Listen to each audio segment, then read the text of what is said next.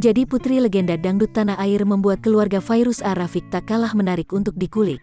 Bukan kaleng-kaleng, keluarga Fairuz A-Rafiq dikabarkan punya harta duniawi yang melimpah hingga sanggup memiliki rumah sakit sampai kapal pesiar.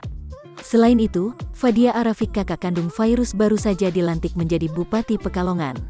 Fairuz belak-belakan ungkap hal itu saat menjadi bintang tamu program TV Capcus yang dipandu Iis Dahlia. Melansir YouTube TRANS 7 Official pada tanggal 17 Juni tahun 2021, Iis Dahlia selaku host langsung mencecar sang bintang tamu dengan pertanyaan soal rumah sakit dan kapal pesiar. Katanya Sony dan Fairuz itu punya kapal pesiar dan rumah sakit, bener nggak sih? Tanya sang pedangdut.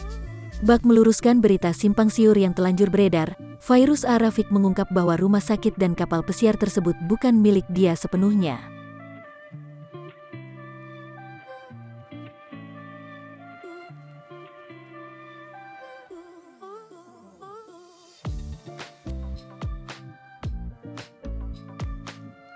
Melainkan milik keluarga besar ayahnya yang juga merupakan legenda dangdut tanah air, Mendiang A-Rafiq.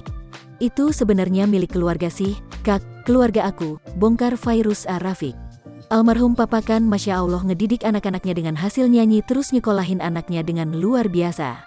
Kadang aku suka kagum sama papa tuh, nggak mentingin liburan tapi semua anaknya disekolahin tinggi dan akhirnya semua anaknya jadi gitu, ujar Fairuz A-Rafiq belak-belakan. Jadi yang punya rumah sakit dan kapal pesiar itu kakak? Tanya Iis Dahlia sekali lagi. Iya, kakak aku. Jadi memang rumah sakit itu kita ngelola sama-sama, tapi memang yang komisionernya abang aku, tegasnya.